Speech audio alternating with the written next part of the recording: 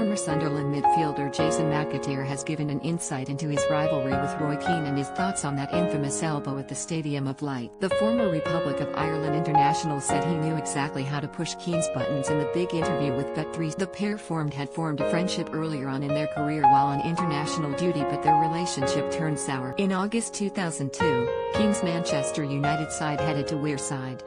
Ryan Giggs had given Alex Ferguson's side the lead on Wearside in 2002, before McAteer turned provider for Tore Andre-Flo to bundle home. McAteer and Keane came to blows in the second half, with the Sunderland midfielder accusing the Manchester United captain of throwing an elbow. Referee Uriah Rennie saw nothing in the original incident but was left with no choice but to send Keane off for throwing an elbow off the ball moment. McAteer told the big interview, "I think I learned more from being around him, Keane, than playing against him. I didn't fear playing against him because I always had the attitude you don't fear anybody on a football pitch. You give as good as you get, and it doesn't matter if everybody says he's the best. You've got to show everyone that you're the best. I never feared him, and I came up against him with Sunderland.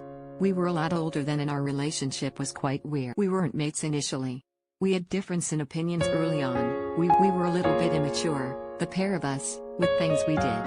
Then we got older, wiser and more experienced, and we realized that there was a tribalism between Liverpool and Man United. I think we had to dislike each other because of that, so we did."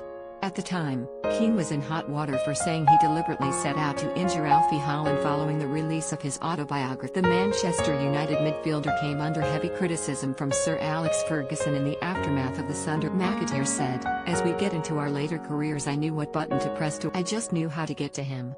I think that Sunderland, Man United game I got in his head. I really got in his head.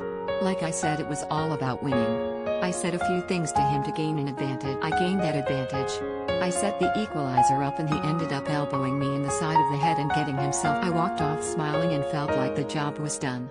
What I learned from playing with him is that in a dressing room he demands that you do everything right. You don't shirk tackles, you give 100%, you roll your sleeves up and get your hands. He demands it, and if he tells you off, you're getting told off."